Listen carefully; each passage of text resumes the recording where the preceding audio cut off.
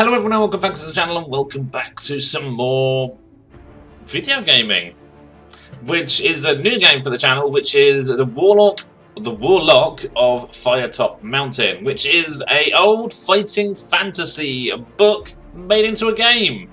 I didn't even realise this existed till, well, pretty much now, basically. A little while ago I played through it and, well, played some of it, and it's nice, it's simple, it's effective, and yes, I do remember some of the bits from reading the books when I was a lot younger. And yeah, my dad had all these books, so he knows them as well. I'm sure a lot of you older players and people will know these as well. So this is the first book made into the game, so we're going to start there and we're going to work through them at some point. I won't make a whole series of each one, but I will get through all of the ones that have been released at some points. So Goblin Scourge is the newest one out.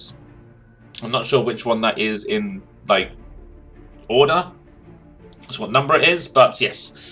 We'll get to that one eventually. Maybe we'll just skip to that one and do things out of order. Who knows? Anyway, we're going to jump into a new game, and we're going to roll our new character and see what we get. So I hope everyone enjoys the video. If you do, remember to hit that like button and hit that subscribe button. So let's get into this.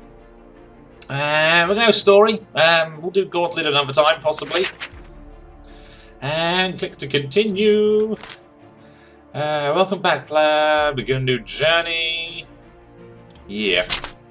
Select your figurine. So, next group, Alisanian. Hang on. Intrepid explorers, epic adventurers, Kickstarter heroes. I didn't realise these were all here. By Goblin Scourge heroes. Okay. So let's go with one of the painter guys, basically. And I'm thinking it tells me what they've got. So luck, 9 skills, and stamina. Okay. And has great speed, agility, and precision. Notice things that would normally be unseen or ignored. So keen eye, okay. So not as much stamina, a bit more luck. Same skill. Keen eye, okay. And dexterous, has great speed, agility, and precision. Basically the same, just 2 stamina for 1 luck, I think. Yeah, 2 stamina for 1 luck. And skill was 1 lower as well. You've got 18, 10, 8. So, a bit more skill, 1 less luck, and 1 less stamina. Educated has an above average level of education, hence the higher skill. Fortune favours you often, so you're just basically lucky. Okay.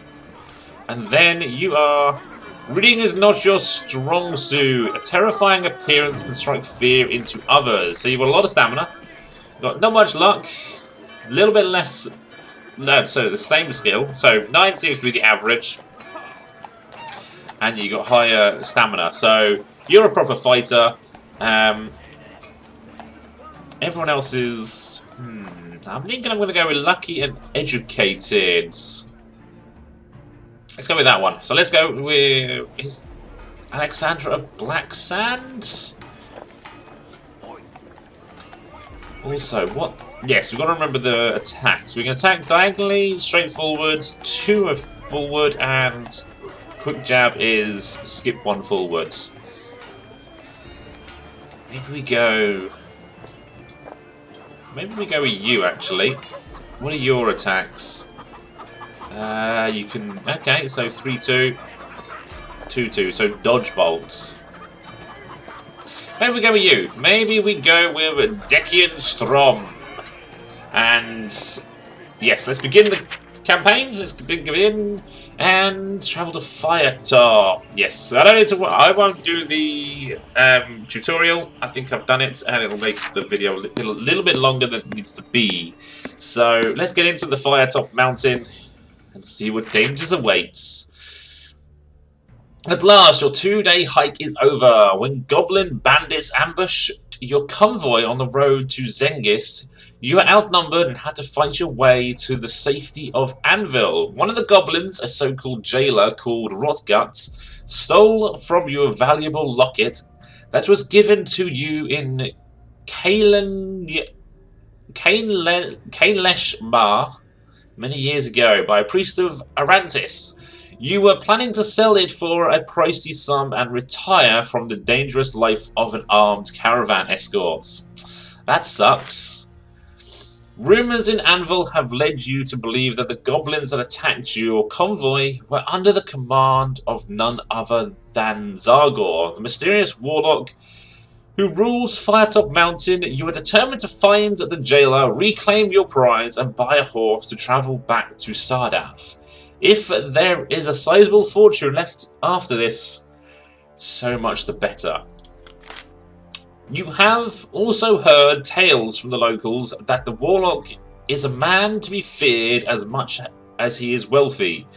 You are not easily intimidated, but if a Jin were to appear and grant you 100 gold pieces and a Femfririan stallion in return for your soul, you might just take the deal. Fair enough.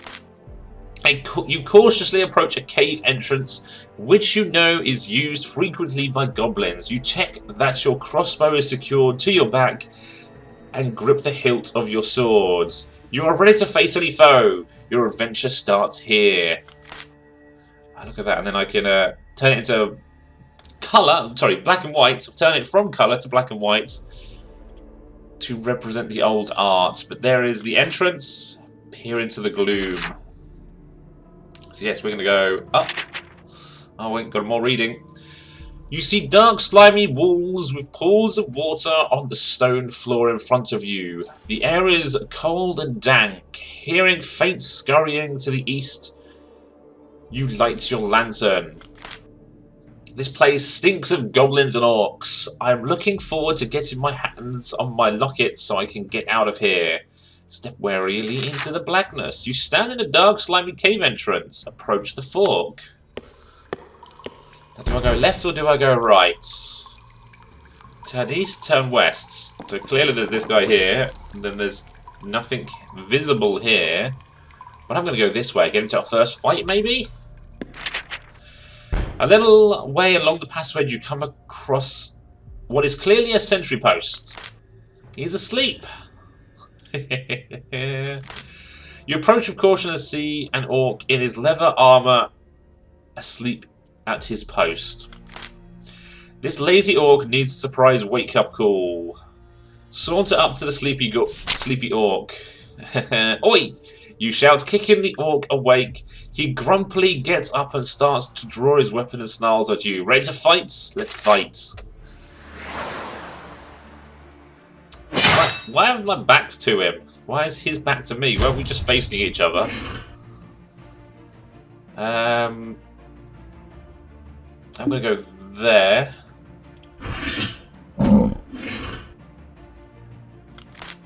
And I'm going to right slash. Ah, missed. And right, we're going to move to there. And I think he's going to probably move to there. So let's attack. Yep. I got it right. And I'm going to move to there. And he's going to attack there. And it's much a game of chess where you predict what they're going to move by learning what they do. And can we... We're going to... I've got to wait for that. No, he's going to go... He's going to move. So let's attack. Yep. Got him. I have 181 souls. Oh, it's carrying over my souls from my previous playthrough. Interesting. You defeated the Orc Guards and you gain 2 souls. Ooh, the passageway begins to widen until you enter a cave. However, blocking the cave's exit are 2 of the ugliest creatures you've ever seen. They have the proportions of dogs, but their hide is rough and scaly. Each beast is chained to the cave walls, secured to their thick brass collars. Oh. The 2 orc hounds begin to snarl and strain at their chains. They cannot reach you, but their chains are long enough that should you approach, you will not be able to escape their slavery jaws. These poor wretches have been looked after very well, it seems. Maybe I should put them out of their misery. You are going to have to deal with them quickly, one way or another, before you attract the attention of an orc patrol, or maybe something even worse. So we can distract them, or draw your weapon and do what has to be done. I'm going to kill them. Let's fight them. So we've got 2 enemies now. Let's see how this works.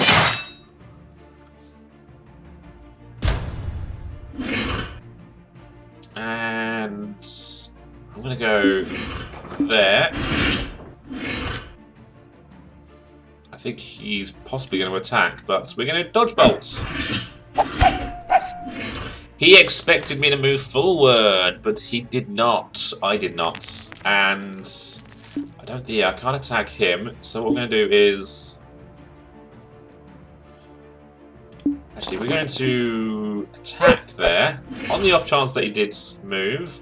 We're then going to move forward. Yeah, I expect him to attack there. So we will right slash. We got him. And yeah, he's looking to run into the corner. So we're going to move there. He's going to attack there. I'm not going to attack. I'm going to attack. It's fine. I expected him to do that, so he'll have to move forward, so I'm just going to attack again. And we win! Not all the fights are this easy, they do get a little bit harder. We gained 4 souls and you defeated the Orc Hounds. Now we have a resting thing. So, rest here, you weary traveller. I will rest, because there's a save location. Sit on the bench and rest. And we don't need to eat anything because we haven't lost any health. So we gain 5 stamina, but we don't actually gain 5 stamina because it's maxed out. Let's, do we go north or do we open the door? Let's open the door. Okay, the door opens to reveal a small, smelly room. In the centre of the room is a rickety wooden table, on which stands a lit candle. Underneath the table is a small wooden box. Asleep on a straw mattress, groaning in the far corner of the room, is a green-skinned orc. He is a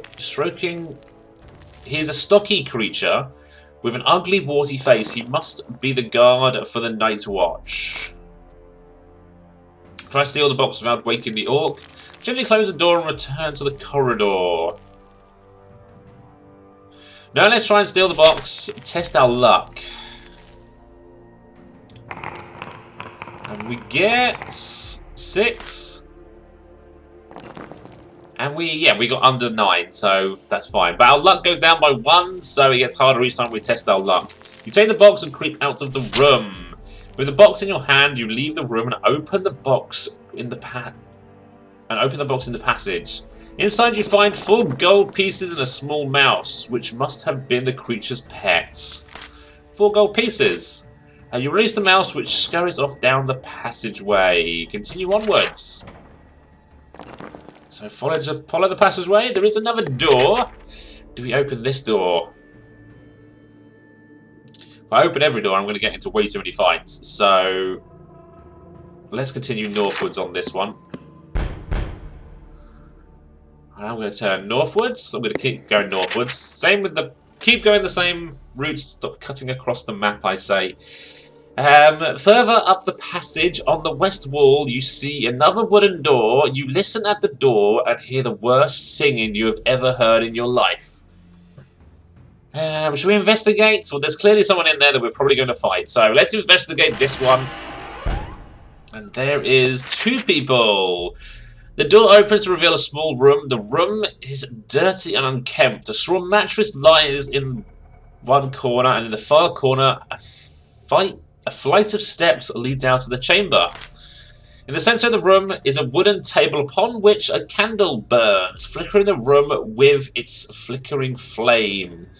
A small box rests under the table. Seated around the table is two small orcs with warty skin dressed in leather armor. There they are, getting rather drunk. They are drinking some sort of grog, and by the way they are staggering to their feet on your arrival, you assume that they are very drunk. I'm pretty sure these drunken oafs won't cause me too much pain. I would be keen to see what's in that box. Pull your weapon and leap forward at them. Let's fight the drunken orcs. And I'm thinking this guy's going to move. Or is he going to attack? I think I'm going to move. Well, he did attack, just not where I was, where he thought I was going to be. But he's going to now attack, so we're going to attack. Oh, no, they shoved each other.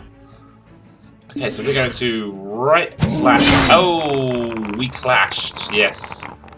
And we won the clash. So yes, if you both attack at the same time, or in the same turn, you clash. And if you clash, you roll dice to see who wins off, basically. And that is what happened. So we're going to go there. Oh, hello. He's going to attack me. Or is he going to attack here? Well, you know what? We're going to attack. I took the chance that he was going to attack the corner because I figured he might attack there. Being drunk, he doesn't know where I was. Let's open the box.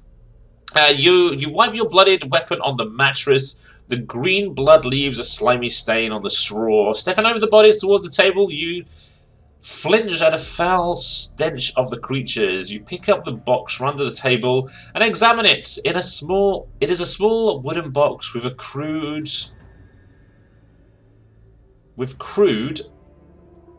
It is a small wooden box with crude. The name Faringo di Maggio is inscribed on the brass nameplate of the lid. Let's open the box. The box contains a small leather-bound book entitled The Making and Casting of Dragonfire. You open the page and begin to read. Fortunately, it is written in your own language, and so was probably not understood by the orcs. Otherwise, this treasure would certainly not be as loosely guarded as it was. The book is written in tiny handwriting by Faragio di Maggio. In it, he tells the story of his life's work, the creation of Dragonfire spell, with which to fight evil dragons. You read how, in his last years, Faragio finally perfected his spell, but then was too old to make use of it. So he completed his book, locked it in a chest and hid it in the depths of Firetop Mountain, afraid that it might fall into the wrong hands. It kind of did, but we have saved it. And so, you now hold this book. You have my life's work in your hands. The power of destruction is yours if you wish it. But do not waste it unless you use the spell for the purpose for which it was intended. You shall be consumed by evil itself and die with the fire from your own hands. Remember, only when the dragon breathes its fire at you should you raise your arms and say, Ekil Erif, Ekam Erif, Erif di Maggio. There you go. Now you know how to cast Dragonfire. You say these words slowly and softly. Suddenly the pages seem to glow, and as this glow disappears, so do the words on the page of the book. You repeat the spell to yourself to memorize it. Leave the room. We're going to go up a flight of stairs, I'd say. What do we find? Ooh, climbing the steps, you finally emerge at the far end of the large room. As untidily kept as any you have entered so far, a large chair behind a solid book looking... I don't know where book came from. Looking table suggests that someone or something of rank uses this room. On one side of the room is a wooden bench. To your right is the far wall of the room is a large door that clearly leads onwards into the mountain. However, a chest in the center of the room catches your keen eye. Haha! Keen eye actually helped me. Oh, he's beating his servants, because that's what orcs do. Opposite you is a man-sized creature with a warty face, standing over a smaller creature of similar race. With the whip in his hands, the orc chieftain has been beating his servant, who is whimpering beneath him. So we can spring at the chieftain and hope his servant will aid you. Attempt to leave the chamber without engaging in combat, or attack both of them. I'm just going to attack both of them. Fight the orcs. And there's a table we've got to fight around. I can't move there because of the table. What if I move there? Yeah, I kind of figured something would happen, but hey. And right slash! We clashed. I hope we win! We won! Good. I think he just took friendly fire from this guy as well, which is hilarious. I'm going to attack full. Oh, damn. Okay, we're going to move down here. And then I'm thinking he can't move anywhere, so we're going to dodge bolt. Ah, no. That sucks. So it doesn't take friendly fire, okay.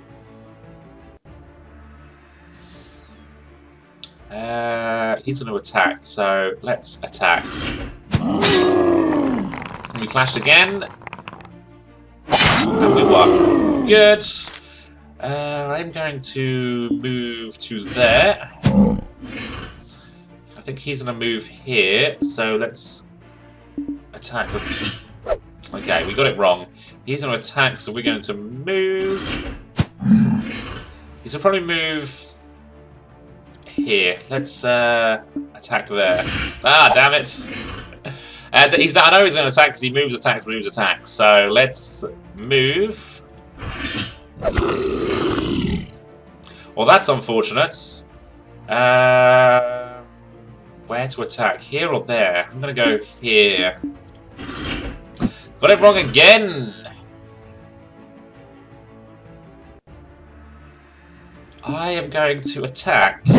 We clashed. Good. I think we won the clash. Good. So he's going to move. He's going to move right or left. I'm going to go that way. Damn it!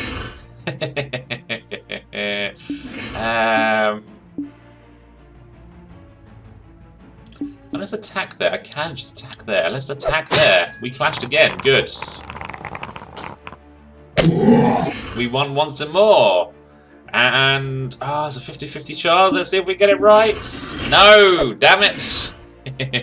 And I'm just going to attack full clash. Oh no, we did! He attacked a different square, thinking I would move. Awesome. I lost 4 stamina and gained 4 souls. And the green blood of the dead orc smells foul as it seeps from their bodies. You step around the corpse and investigate the chest. It is a sturdy construction made of strong oak and iron. It is firmly locked. Looking closer, your keen eye notices there appears to be a mechanical trap fashioned into the lock itself. Carefully attempt to trigger the trap. Yeah, let's try and trigger the trap. Stepping on the side of the chest, you break open the lock and the swing of the lid opens. Your suspicions are confirmed. A solid click comes from the chest and poison darts fly out harmlessly, hitting the wall on the other side. Now that the chest is safe, you can inspect your prize. Let's inspect it. Leaning in, you look inside the chest to see what was being guarded so carefully. There is a stash of gold pieces and a label on the bottle showing it to be a potion of invisibility. Good for 1 dose. Awesome. We will take the bottle. Yes. You take the potion of invisibility. What a find. This will definitely come in handy during your adventure. And we also get to rest, because that's awesome. And we're going to eat some provisions to get No, I think just resting will be fine, because that'll get us 5 stamina back. Yes. And that's all we've lost so far. So, yeah, we're up to 19 stamina once more. Let's leave through the door at the end. We could have skipped all this by going up this passageway, but then we'd have missed the potion of invisibility. So I think we win. We can head south. No, or we can head straight eastward, which we shall do. And then we can go this way, which leads back round to the beginning, basically. I wonder if I can... Well, it leads to there most likely, and then further down. Or we can just go northwards. And I think northwards is the best way to go. So let's go this way. So I'm going to scroll back in. Oh, it's doing it for me. Passageway leads into a square dungeon chamber. There are 2 doors on the eastern wall and 2 on the western wall. On the opposite side of the room, another passageway leads away north. The first door on the right is well used, and putting your ear to the keyhole, you listen and hear a man screaming for help from the inside. Before deciding what to do, you listen to the next. You listen to the other doors as well. From behind the second door on the right, you hear a thumping sound of wood. Hello, hello, not funny, open door. The first door on the left is made of solid metal. Listening at the door, you hear the sound of tortured screams coming from within. Putting your ear to the second door on the left, you hear nothing. Orc cells, but maybe they have a goblin jailer working for them. It would be worth checking these out. So I'm going to go for the first door on the left, because that's where the tortured screams were. Let's see what is behind it. The door is not locked and opens. The room in front of you seems to be a small chamber, torture chamber, with various torture devices around the walls. In the center of the room, 2 small hunchbacked goblins are having their fiendish way with a dwarf, who is tied to a hook in the ceiling by his wrists. The 2 hunchbacks are poking and cutting him viciously with their swords. The dwarf let out a final scream and falls silent. Eyes closed, his captor make a disappointed noises and look around angrily at you as if you're at fault that the dwarf has collapsed. Rotgut doesn't appear to be one of these unfortunate creatures, sadly. I should press them, though, as they might know where he is. Ask if they know the goblin jailer. One of the goblins sneers and spits on the floor as you mention the name Rotgut. Rotgut Fool took that dwarf boss to the river prison. Okay, so river prison, we need to go. Obviously the goblin has no love for Rotgut, but it also views you suspiciously too. A river prison, eh? Sounds Canadian. I've heard that this mountain may have an underground river somewhere. I need to get some directions. Draw your weapon and fight them. Press them for more information about the river prison. Snagaff, why you need to know that? The goblin looks at you suspiciously. I want to kill Rotgut. I have another dwarf prisoner to deliver to him. Ignore the questions and leave. I want to kill Rotgut. Yes, this is good news for me, Snarkle. The goblin goes on to explain that Rotgut has his own private prison away from prying eyes on the north bank of the river that flows through the mountain. For some reason, Snarkle and Rotgut do not like each other, and you suspect that Rotgut is gone. That if Rotgut is gone, Snarkle thinks he may rise in the so-called goblin ranks. The goblin directs you through to somewhere called the School of Magic and suggests you make a left turn at the junction after the portcullis. It also recommends that later on you take the shortcut past the troll cave to avoid the meddling magic humans. Okay. And Do I now kill them? I think I do, because they're goblins. We don't like goblins. Less goblins in the world is better. And we got the dwarf to save as well. Yeah, it kind of is good, I suppose. I'm going to move to there. And then I'm going to attack. Ah, he moved. Okay. He's going to attack. He's going to attack there, most likely. So I'm going to move. Oh, everyone just did nothing. Really? That kind of sucks for me, because now we're in the middle of both of them. They can cover 2 tiles. So I'm going to have to take some damage here, I'd say. Let's just attack. Because, yeah, if they covered the 2 squares where I could have moved, I stayed still. And I am going to right slash. Yeah. Got him! Awesome. Now this guy is trapped, so he's only got the option to attack. Or bounce off me. So let's do that.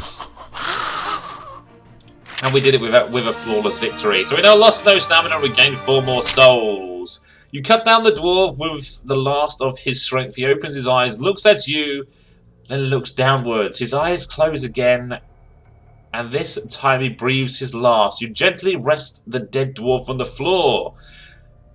As you look around the room, your keen eyes notices something amiss with the heel of the dwarf's boots. So we'll examine. You decide to search the dwarf's boots. There appears to be nothing inside them, but one of them seems to be rattling. You take a closer look, and you inspect the heel. You find it comes off. Out comes a small, smooth stone. Let's take the stone. As you pick up the stone, you notice that there is a dwarven roof carved onto it. You have a feeling that this will be useful and pocket it. As you have completed such a swift search of the dwarf, you still have some time before the more goblins arrive. Let's search the goblins. Bravely you search the bodies of the 2 dead goblins. As you go through their pockets, you find a large piece of sweet-smelling cheese. Let's take the cheese. Take the cheese, who knows, it might come in handy. You decide to leave the torture chamber before you are discovered. Cool. I think we'll go for the first door containing the screaming man. Let's see if we can save at least 1 person alive. You unbolt the door and swing it open. A nauseating stench hits your nostrils. Inside the room, the floor is covered with bones, rotting vegetation, and slime. A wild-haired old man, clothed in rags, rushes at you screaming. Ooh, that's an image. And yeah, he's not got much clothing left, has he? Or anything. He's just bones. It's almost like a skeleton with tendrils. His beard is long and grey, and he is waving an old wooden chair leg. He is simply insane. Is he simply insane as he appears, or has this been some kind of a trap? You try to shout at him and calm him down. You are freed, old man, at the top of your voice. I shout, you are freed, old man, at the top of my voice. Instantly, his ranting cease. He stops dead in his tracks and sinks to the floor, weeping loudly. As he gradually composes himself, he thanks you many times. Many years ago, he was an adventurer like you in the search of the Warlock's treasure. He was captured by the orcs and thrown into his solitary cell as a sort of pet for the creatures. Wait a second, I've heard about this fellow before. This is Aron Degar, a famed adventurer. You ask him whether he knows of a goblin jailer. While he hasn't met him, he does say that some goblins are said to be encamped by the underground river. He has also learned that the keys to the boathouse are guarded by a man and his dog. You shake hands and he leaves. +1 luck. Yay, we've replaced our luck that we used earlier. Leave the filthy cell. And right, we've got 2 doors left. So we open the second door where nothing is happening, and open the second door on the left where nothing's happening, second door on the right where you hear the thumping. Well, let's go for the thumping one. Let's see what's in here. As you approach the door, the bangings get louder and the bolts start to shake. Come on, Greg, let me out. Waking up. Sliding back the rusty bolts and opening the door, you come face to face with a panicked-looking goblin with a horrific creature closing in behind. Slime bees run, squeaks the panicked goblin and lashes out at you. The toad-like slime beast joins in on the fray, opening its wide mouth. It is full of long, spiky teeth. Oh dear, we kind of walked into something nasty. But it's fine. Let's fight. And yeah, we're gonna swipe right. Gotcha! You're probably gonna attack, so let's just attack. It doesn't attack me directly, it attacks the square next to me. And I'm going to attack. I knew moving there was a risky choice, so I didn't. I'm going to move to there. Yep, that's good. And then I'm going to attack the slime beast. We clashed, which is good. We won. We did get a hit, by the way, but yeah, only 2 points. We can slash right. I think I will. I got the big guy, so now it's just this guy, and I think we will attack. Ah, he moved. Because he can only attack diagonally, it seems. Yes. So I'm thinking I'm going to attack. Got that wrong. So I know he's going to attack, so... Oh no, he doesn't attack. Damn. Now he's going to attack. Now I'm going to... We got it in the end. We defeated the monsters. We gained 4 souls. Initially, it looks as though there is nothing of value in the slime beast cell. However, upon a second glance, you notice a blue candle sitting in the muck. Let's take the blue candle. Although it is an odd place for a candle, you decide to take it with you. It may come in handy in one of the darker areas of the mountain. You put it in your backpack and leave the slime beast cell. Cool, there is one more cell. So let's open the last door on the left.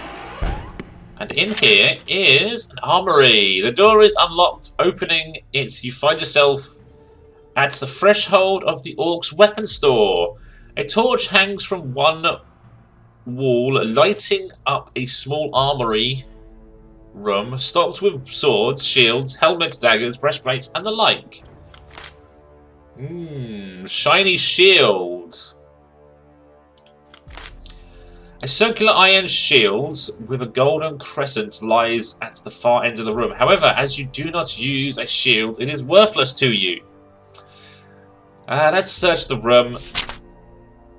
You poke around the room and the weapons are blunted and worthless. And the helmets are battered and rusty. You decide to inspect the breastplates on the shelves and see if there is anything worthwhile there. You examine the breastplates and the shelves thoroughly, but there appears to be nothing of value. So the only thing of value is the shield, I believe. But the shield is only usable by shield wielders or shield people. But we don't use a shield, so it is fine. So I think I'm going to leave this video here. And we're going to head northwards further towards the river and Rotgut in the next video. So I don't know how long all of this is. Maybe when we find Rotgut it's over. And there might be a small cut here, and then if it's only a 10-15 minute video in the next one, that's it. I can't remember how long each book lasts because I don't actually remember ever completing them. But maybe there's shortcuts and we've found that shortcut, or we will find that shortcut to get us to the end boss fight. Who knows? But anyway, thank you for watching. I hope you enjoyed the video. If you did, hit that like button, hit that subscribe button. I shall see you next time for some more Dungeons and Dragons.